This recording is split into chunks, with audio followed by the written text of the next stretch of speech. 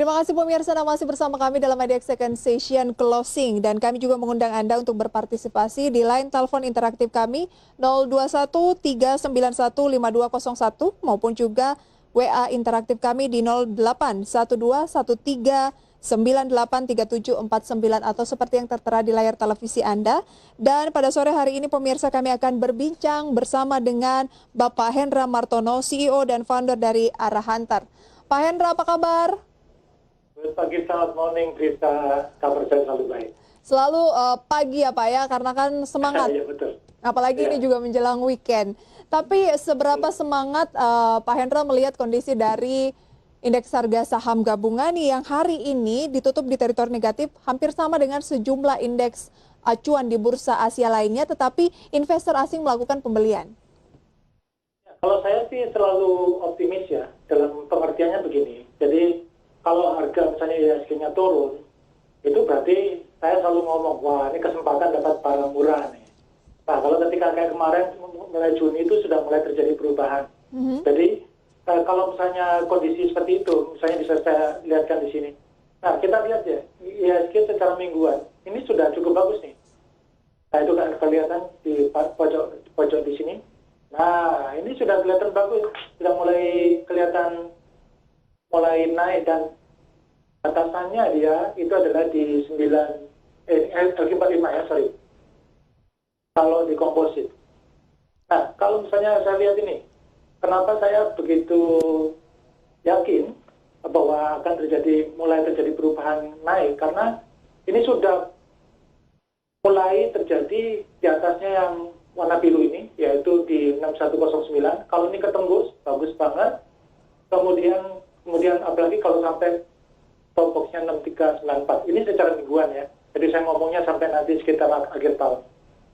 6394 adalah target berikutnya, resistennya. Ya, betul. Kalau resisten terdekat di posisi berapa, mengingat sekarang masih di 6065? Oh, kalau kita misalnya kalau lihat secara harian, maka berbeda. Kalau kita lihat harian, ini kita bisa lihat resistennya paling terdekat ini adalah 6115, kemudian keduanya adalah di 6165. Oke, kalau harian 6115 dan 6125, target berikutnya. Jadi peluangnya adalah lebih ke optimis menuju ke resisten dibandingkan dengan turun lagi ke support ya Pak ya?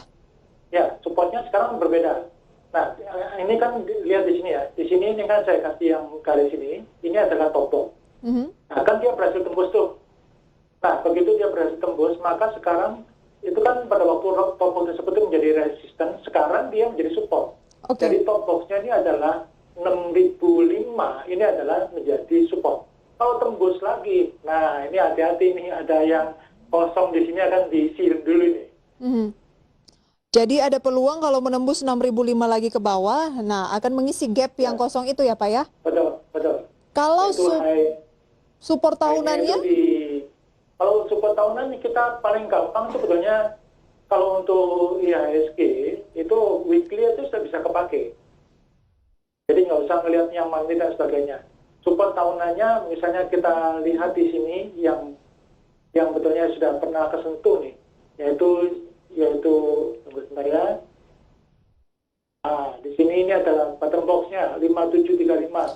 Kemudian kalau misalnya ketembus lagi, dia berarti turunnya lagi di sini nih, ya.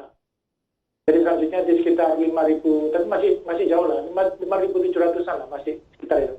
Oke, berarti 5.700-an sampai dengan 6.394 ini adalah range secara jangka tahunan ya Pak ya? Ya. Oke, strategi apa yang harus diterapkan dari optimisme yang diperlihatkan oleh Bapak tadi mengenai indeks harga saham gabungan yang peluangnya sebenarnya akan menguji ke resisten? Strateginya bagaimana?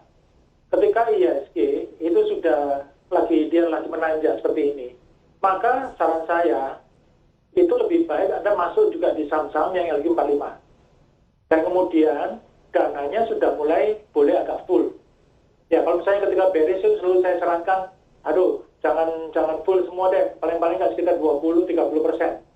Nah, tapi kalau sudah full seperti ini, kalau misalnya kondisinya sudah mulai bullish, nah itu boleh masuk. Saat ini kondisinya sudah boleh dikatakan bullish tidak Pak? Kalau secara bullish, secara weekly belum. Tapi kalau daily, ini kan juga baru sekarang dia baru beranjak dari beberapa hari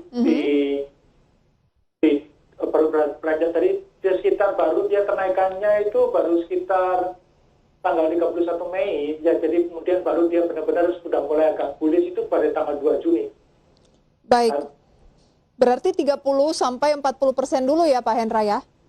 Betul. Dana yang dialokasikan untuk berinvestasi mengingat IHSG masih dalam kategori menanjak, belum benar-benar bullish, begitu ya Pak ya? Betul. Oke. Kalau nanti sekitar 6.100-an, 1.250, nah Anda mau full boleh. Tapi saran saya masuknya ke LQ45, jangan ke saham yang lapis 2, lapis 3 dulu. Baik.